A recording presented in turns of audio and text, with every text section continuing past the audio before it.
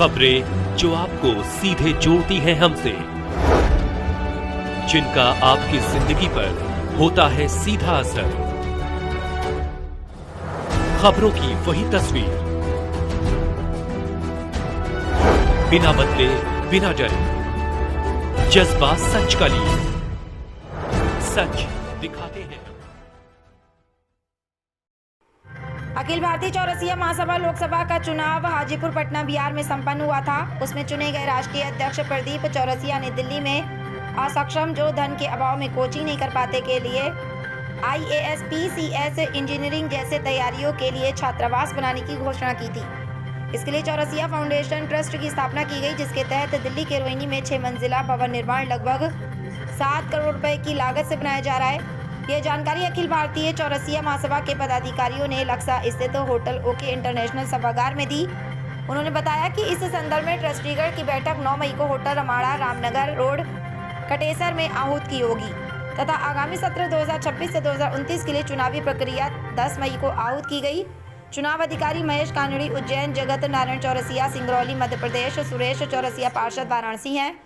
नामांकन की सभी प्रक्रिया पूरी हो चुकी है। चुनाव प्रक्रिया के पूर्व आम सभा आयोजित की गई, जिसमें पिछले 3 वर्षों में किए गए कार्यों की सूची एवं आय व्यय का लेखा जोखा भी प्रस्तुत किया जाएगा।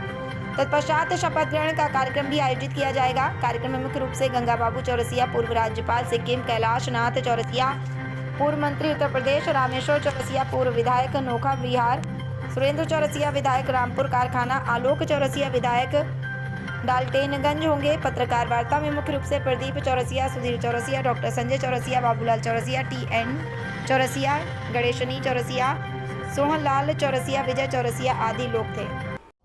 जी, अपना परिचय बताइए। मैं सुधीर चौरसिया, अखिल भारतीय चौरसिया महासभा का राष्ट्रीय महासचिव हूँ। साथ ही साथ जो अभी नई संस्था चौरसिया फाउंडेशन ट्रस्ट का गठन हुआ है, उसका भी मैं वरिष्ठ उपाध्यक्ष हूँ। बात किया जाए सुधीर जी, आगामी जो 2 दिवसीय कार्यक्रम जो चौरसिया समाज और फाउंडेशन ट्रस्ट द्वारा किया जा रहा है, उसमें क्या विशेष रहेगा? देखिए, विशेष का मतलब ये है कि पिछले राष्ट्रीय अध्यक्ष जी चुने जाने के बाद इन्होंने जो एक लक्ष्य रखा था, हम लोग 100% मैं और पूरी टीम मिल के 7 करोड़ रुपए का एक लक्ष्य था उस भवन के लिए, ज़मीन खरीदने से लेके बनवाने से लेके फिनिशिंग तक के लिए।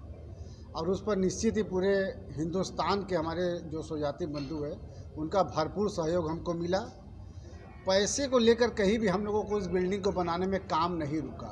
ये बहुत हर्ष का विषय है, क्योंकि पिछले 12 वर्षों में बहुत सारे ऐसे मौका आए जब लोगों ने इस तरह का वादा किया लेकिन उस चीज़ को पूरा नहीं कर पाए।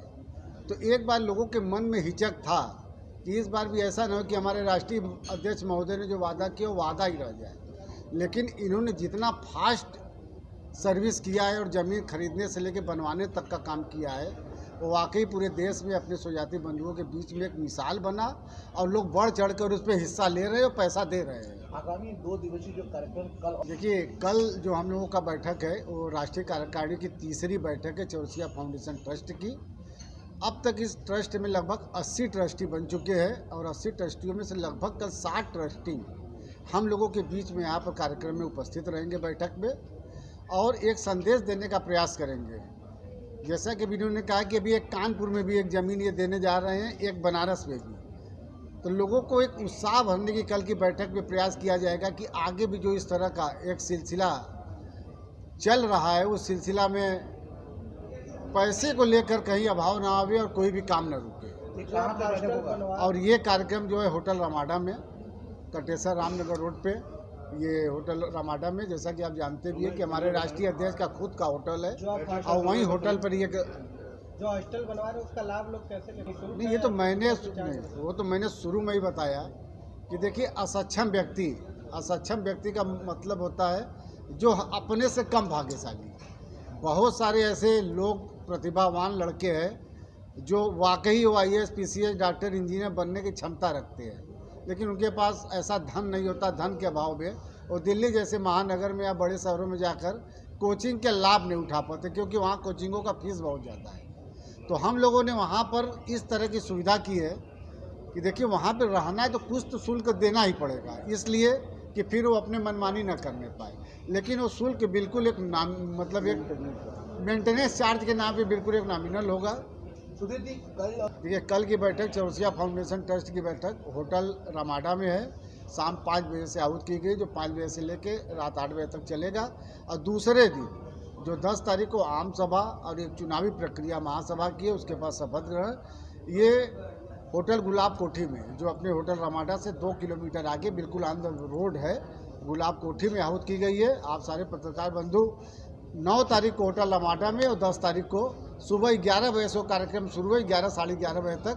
मैं आप लोगों से अनुरोध करता हूँ कि वहाँ आने का कष्ट करें और 12 बजे तक हर हाल में वहाँ कार्यक्रम को शुरू कर दिया जाएगा।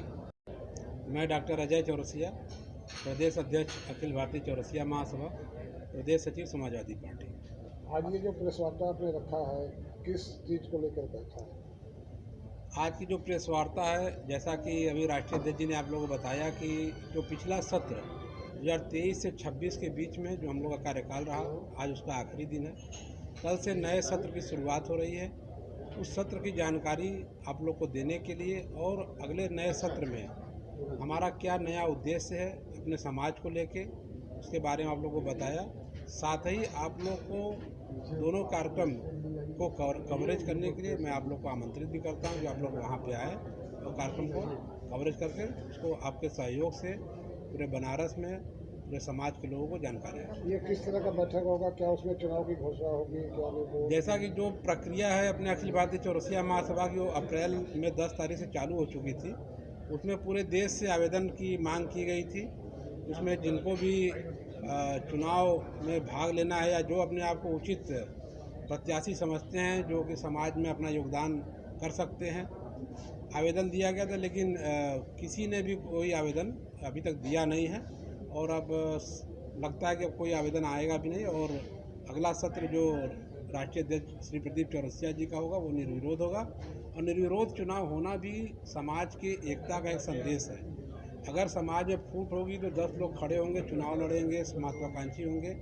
लेकिन अगर कोई इनके कार्यों से संतुष्ट है, हम लोग के कार्यों से संतुष्ट है, सभी लोग संतुष्ट हैं, तभी कोई भी विरोध में हमारे कोई खड़ा नहीं है। और ये हमारे समाज का एकता का बहुत बड़ा संदेश है। मैं प्रदीप चौरसिया, अखिल भारतीय चौरसिया महासभा कोलकाता का राष्ट्रीय अध्यक्ष आज ये किस तरह का प्रेस वार्ता रखा और है? साथ ही साथ चौरसिया फाउंडेशन ट्रस्ट का राष्ट्रीय अध्यक्ष। आज वार्ता का उद्देश्य क्योंकि मेरा 3 साल का सेशन था, जो कि 2023 से 26 रहा, तो उस सेशन में मैंने कार्य हमारा पूर्ण हो चुका है। तो अभी नया चुनाव की घोषणा हुई। लोगों ने जो चुनाव की प्रक्रिया होती है उस तरीके से जो है अपना फॉर्म भरा, लेकिन अभी तक कोई सामने अभी तक आया नहीं। तो लगता है कि निर्विरोध 2026 से 29 तक निर्विरोध फिर से यह कार्यभार हमको ग्रहण करना पड़ेगा। और इसके साथ ही साथ पिछली बार मैंने समाज जो चाहता था, समाज की जो डिमांड थी, उस कार्य को मैंने पूरा किया। इस बार मेरा 3 लक्ष्य है। मैं अपने सभी लोगों को जानकारी पहले भी दे चुका हूं और आज भी आप लोगों के माध्यम से उस बात की जानकारी कि एक 5 बिस्वा का ज़मीन मैं इसी चौरसिया ट्रस्ट को कानपुर में दूंगा, जो कि चौरसिया समाज के साथ साथ अन्य लोगों के भी जो है समाज के जो निचले दबे हुए लोग हैं उनको कार्य आएगा। किस तरह से उसका उपयोग होगा? अभी मैं उस लैंड को दूंगा। उसके बाद जैसे दिल्ली के रोहिणी में हम लोग का हॉस्टल बन रहा है, अपने को है क्या कि अपने समाज के जो दबे कुचले लोग हैं या अन्य समाज के भी हैं, उनको ऊपर उठाना। अपना कोई राजनीतिक मेरा खुद का इच्छा शक्ति नहीं है, मैं सिर्फ अपने समाज को अन्य समाज के बराबर पे लाना चाहता हूँ। दूसरा, एक वाराणसी में भी प्रयासरत हैं, वैसे ही एक हॉस्टल वाराणसी में इस साल का 3 साल के सेशन का मेरा ये कार्यकाल रहेगा। तीसरा, हम लोग का 2002 में जो है वृंदावन में एक बहुत बड़ा विशाल कार्यक्रम जिसमें लाखों की संख्या में लोग जुटे थे। उसमें शादी विवाह, परिचय, सामाजिक जितने भी कार्य होते हैं वो सब पूरे हिंदुस्तान के लोग जुटे थे। उस तरह का एक कार्यक्रम मैं चाहता हूं कि अपने वाराणसी में या जहां हमारा मंत्रिमंडल फाइनल करता है वहां पे एक कार्यक्रम, एक भव्य कार्यक्रम जो कि समाज के इतिहास में एक पत्थर की लकीर साबित हो, और उसके साथ ही साथ विभिन्न राजनीतिक पार्टियों से मैं अपने समाज के लिए सीट का विधानसभा में, लोकसभा में मांग रखूंगा।